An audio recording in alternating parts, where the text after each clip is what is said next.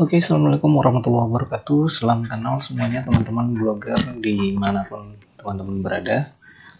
Dan selamat siang, selamat pagi, atau selamat malam, tergantung teman-teman buka video ini jam berapa ya.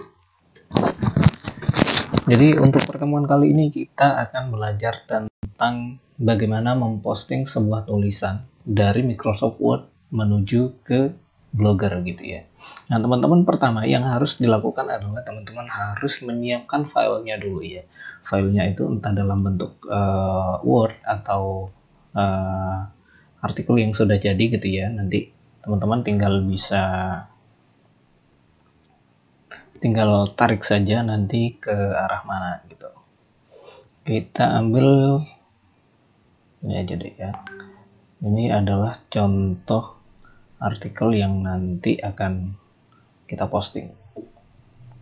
Jadi nantinya teman-teman akan memposting sebuah tulisan di blog, dan kita berfokus untuk blogspot kali ini karena ini yang lebih simple ya. Untuk WordPress mungkin lain kali bisa kita sambil sharing-sharing saja, nanti bisa jadi malah ada ada mentor yang lain yang akan membantu teman-teman semua nantinya gitu. Oke, setelah teman-teman masuk ke Blogger gitu ya, di blogger.com, kemudian nanti diarahkan untuk login. Setelah itu nanti teman-teman bisa langsung untuk masuk ke dalam postingan gitu ya. Nah, kita buat postingan baru, kemudian dari Word ini gitu ya. Nah, karena ini judulnya kebetulan adalah tentang destinasi wisata gitu ya, jadi kita bisa langsung saja masuk ke sini. Kemudian pada bagian judul teman-teman bisa langsung copy paste gitu ya untuk judulnya. Nah, beberapa hal yang perlu teman-teman perhatikan ketika nantinya akan memposting sebuah tulisan ya. Tapi ini teori lama, tapi masih banyak yang menggunakannya. Dari teman-teman blogger itu masih banyak yang menggunakan teori-teori ini. Teori pertama adalah dengan menuliskan nama blog di sini gitu ya. Nah, untuk awal misalkan nama blognya adalah pengenjalan.com misalkan gitu ya.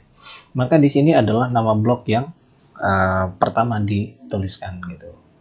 Meskipun mungkin ada juga yang dia itu menggunakan bersama judulnya ada ditulis di sini, ditulis ulang gitu ya. Nah, ini sebenarnya tidak masalah karena ini masih menggunakan teori yang lama gitu ya. Teori blogger, bagaimana memposting sebuah tulisan di Blogger itu dengan teori lama, dan ini kadangkala ada yang bisa langsung memberikan efek untuk SEO-nya, ada yang tidak, tergantung bagaimana situasi dan kondisi dari template teman-teman atau template yang teman-teman gunakan begitu ya. Nah, dari postingan ini, dari halaman page ini gitu ya, teman-teman bisa melihat di bagian sebelah kanan itu ada fitur label gitu ya. Kemudian ada jadwal untuk publikasi. Di sini ada tanggal secara otomatis dan kita bisa setting tanggalnya. Kemudian ada permalink atau URL yang nanti teman-teman akan gunakan. Teman-teman nanti bisa menyeting URL-nya gitu ya, atau permalinknya sesuai dengan judul, atau bisa mengambil yang otomatis saja. Nah, untuk yang otomatis ini nanti kita akan lihat seperti apa.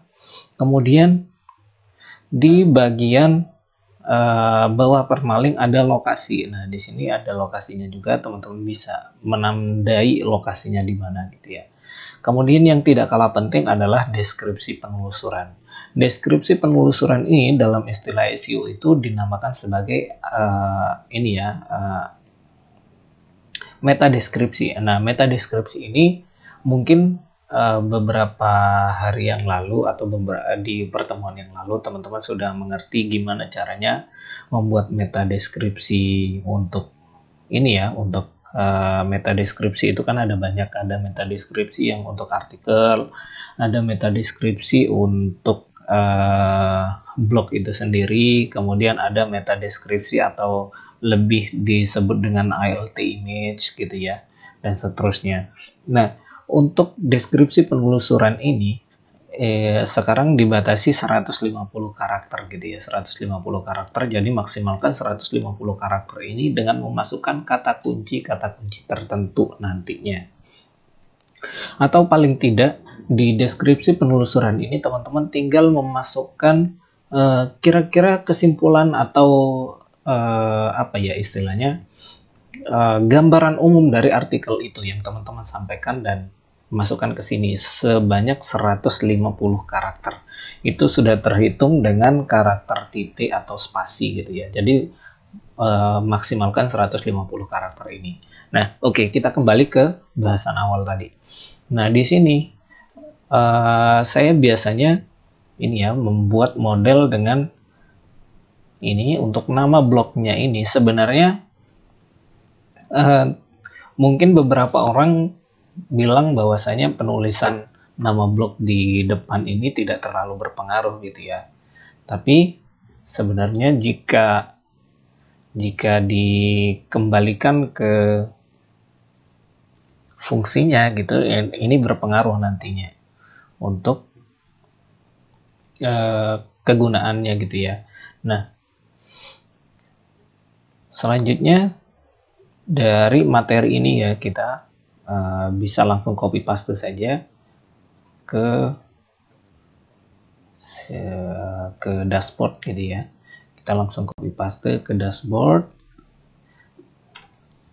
Nah, untuk teman-teman ketahui yang mungkin teman-teman lihat gitu ya, yang teman-teman lihat, teman-teman rasakan di sini kan ada perubahan gitu ya, ada perubahan. Nah, di sini mulai dari ada adanya spasi, kemudian enter dan seterusnya, kemudian ada juga heading, subheading gitu ya, atau judul, subjudul dan seterusnya, atau mungkin dalam istilah SEO-nya adalah ada H1, ada H2, H3, H4 dan seterusnya.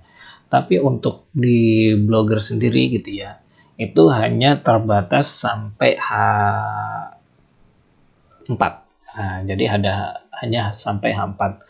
Untuk di WordPress biasanya ada yang sampai H6 atau H5 gitu ya. Tapi sebenarnya hanya H4 saja sebenarnya sudah cukup gitu. Oke. Nah, biasanya ketika teman banyak ya kejadian di lapangan gitu yang mungkin banyak yang mengabaikan tentang aturan ini gitu ya. Jadi setelah copy paste kemudian langsung diposting gitu ya. Dan ini banyak yang istilahnya pada akhirnya menjadi masalah gitu ya, menjadi masalah untuk tampilannya sendiri. Oke, mari kita lanjut ke bahasan yang tadi ya. Mohon maaf tadi ada terkendala koneksi. Jadi biasanya ada yang langsung menambahkan foto, kemudian dia langsung posting gitu ya, atau publikasi. Nah, tindakan yang ini sebenarnya keliru gitu ya, karena ada beberapa format yang akhirnya membuat tampilannya berubah. Misalkan seperti ini, ada beberapa font yang pada akhirnya akan berubah gitu ya bentuknya. Kalau teman-teman tidak percaya bisa langsung klik pertinjau gitu ya, pertinjau, nanti copy paste gitu ya dari Microsoft Word menuju dashboard Blogspot sendiri atau Blogger gitu ya. Teman-teman akan menemukan ada beberapa format yang akhirnya dia berubah secara otomatis gitu ya. Misalkan di bagian paragraf terakhir, atau mungkin di dashboard terlihat rapi, tapi ketika dilakukan preview gitu ya, atau pertinjauan, biasanya akan ada beberapa yang berubah gitu di bagian bawahnya. Nah, seperti ini misalkan. Jadinya kan terlihat tidak begitu rapi ya, atau jauh berbeda daripada apa yang kita harapkan gitu.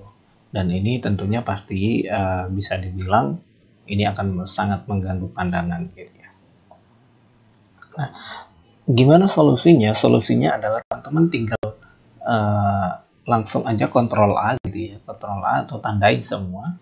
Kemudian di bagian opsi lainnya gitu, di bagian bawah fitur judul, teman-teman cari yang hapus format. Nah, hapus format ini fungsinya adalah untuk mengembalikan format dari kalimat artikel tadi ke dalam format yang seharusnya gitu ya, atau format dasarnya, tanpa adanya H1, H2 itu langsung dihapus, dan kita akan membuatnya manual gitu, misalkan seperti ini. Nah, bedanya apa gitu? Bedanya adalah teman-teman di sini akan membuat atau mengeditnya secara manual gitu ya. Nah, tadi mungkin teman-teman perhatikan sebelumnya gitu ya, formatnya di sini adalah format dari paragraf gitu ya, bentuknya paragraf. Dan kita bisa menggunakan format paragraf di sini. Ya, kita balikan ke paragraf gitu ya. Paragraf, kemudian nanti dia spasinya akan otomatis berpindah gitu. Kalau ini kan harus ada satu enter gitu ya. Harus ada satu enter untuk dia bisa terlihat lebih rapi. Tapi ketika teman-teman mungkin bisa lebih telaten atau lebih sabar, maka ini harus dirubah dalam bentuk paragraf semuanya. Jadinya tinggal naikkan aja, delete, kemudian naikkan sampai dia benar-benar menjadi satu kesatuan gitu ya. Satu kesatuan artinya formatnya sama semuanya. Nanti kita akan ubah mana yang dijadikan sebagai heading 1, heading 2, dan seterusnya gitu ya. Teman-teman bisa sambil praktek ya. Jadi akan tahu seperti apa dan seperti atau bagaimana seharusnya gitu ya. Oke, sampai sini mungkin. Jadi nanti kita lihat teman-teman mungkin ingin bertanya sesuatu gitu ya. Silakan langsung aja tanyakan di kolom komentar atau di ruang yang sudah disediakan oleh teman-teman dari divisi Blogger FLP gitu ya. Nanti kita bisa diskusi di sana, atau mungkin nantinya akan ada sesi yang seperti kemarin, sesi di mana teman-teman bisa langsung konsultasi gitu ya, secara live menggunakan Zoom atau Google Meet, tergantung nanti situasi dan kondisinya seperti apa gitu. Nah, oke. Sampai di sini, jadi harus benar-benar diperhatikan gitu ya, ada yang harus diubah, ada yang seharusnya didiamin aja gitu ya. Nah, kurang lebih seperti ini nanti tampilannya gitu ya. Nah, ini kan masih belum ada mana yang dijadikan sebagai heading, kemudian subheading gitu ya. Nah, untuk blogger sendiri, ketika struktur HTML dari template-nya itu sudah benar gitu ya, mana yang dijadikan sebagai H1, H2, H3, dan seterusnya, maka secara otomatis gitu ya, judul ini nantinya dia masuk sebagai H1 atau judul utama gitu. H1, dan itu kita tidak perlu mengatur di sini ada H1. Jadi untuk di dalam dashboard kerja ini gitu ya, dashboard kerja ini kita mulainya dari H2 atau dari judul gitu ya. Nah, karena ini sudah termasuk hitungannya sebagai judul utama gitu ya. Nah, maka kita mulai dari floating market lambang atau ini nanti kalau sesuai dengan ininya tadi ya, sesuai dengan contoh di ini, otomatis nanti ini langsung masuk sebagai H2 gitu, H2 atau kita masukkan saja sebagai H3 nanti. Nah, H2-nya kita menggunakan pengulangan kata gitu ya, pengulangan kata dari ini tempat wisata ini. Kita bisa tulis ulang di sini. Posisikan saja di mana yang sekiranya pas dengan kalimat itu gitu. Nah, ini kita ubah menjadi judul. atau sebutannya dalam struktur HTML adalah H2 gitu. Nah, kemudian untuk yang tempat wisata pertama gitu ya, karena ini kita membahas tentang tempat wisata, maka Floating Market Lembang ini dia termasuk dalam subjudul. Subjudul artinya dia masuk ke dalam H3 gitu. Kemudian selanjutnya penjelasannya gitu. Nah, karena kita menyebutkan empat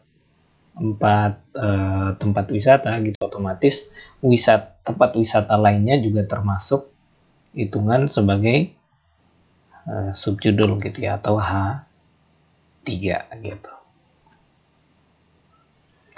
Masih sebagai H3. Oke. Dan yang terakhir, ketika kita ingin membuat kesimpulan gitu ya, kesimpulan biasanya ada yang membuat kesimpulan artikel tersebut, atau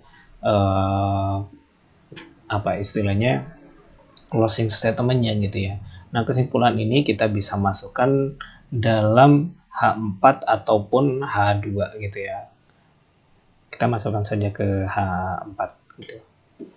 Nah, maka di sini struktur HTML-nya sudah terpenuhi secara garis besar gitu. Nah, mari kita sebelum kita masukkan gambar gitu ya,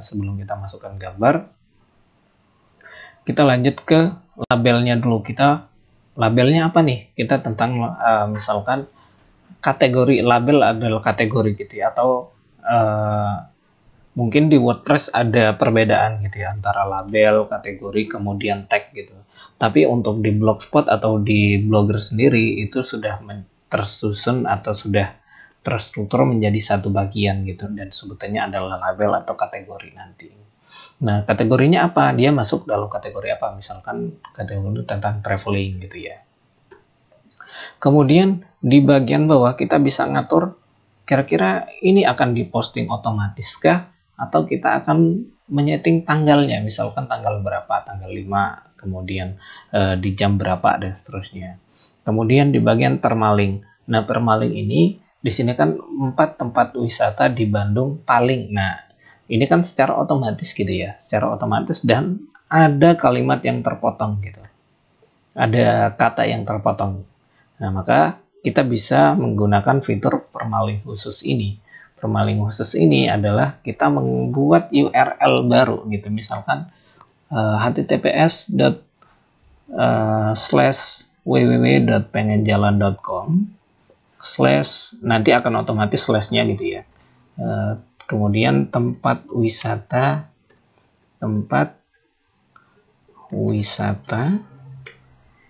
di Bandung. Nah, kita bisa menggunakan yang ini, jadi nanti akan langsung terlihat hasilnya seperti apa gitu permalingnya.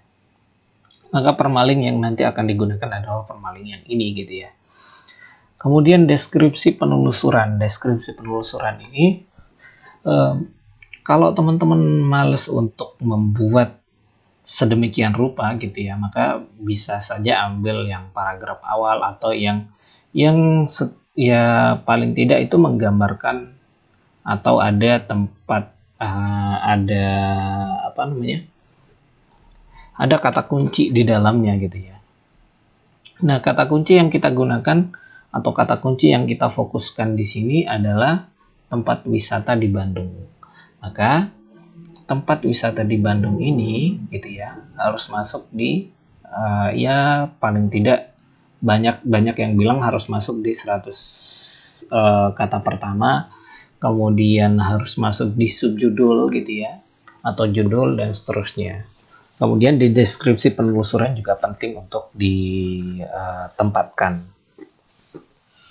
Nah, apakah kita harus memaksimalkan 150 karakter? Ya, sebaiknya harus maksimalkan 150 karakter.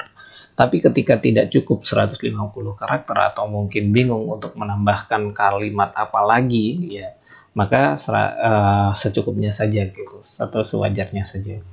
Karena deskripsi penelusuran ini adalah ketika kita ngetik kata kunci di Google, misalkan tempat wisata di Bandung, maka ketika artikel kita muncul di halaman pertama, nantinya deskripsi penelusuran ini yang akan muncul sebagai deskripsi dari artikel kita. Kurang lebih seperti itu. Nah, itu untuk deskripsi penelusuran.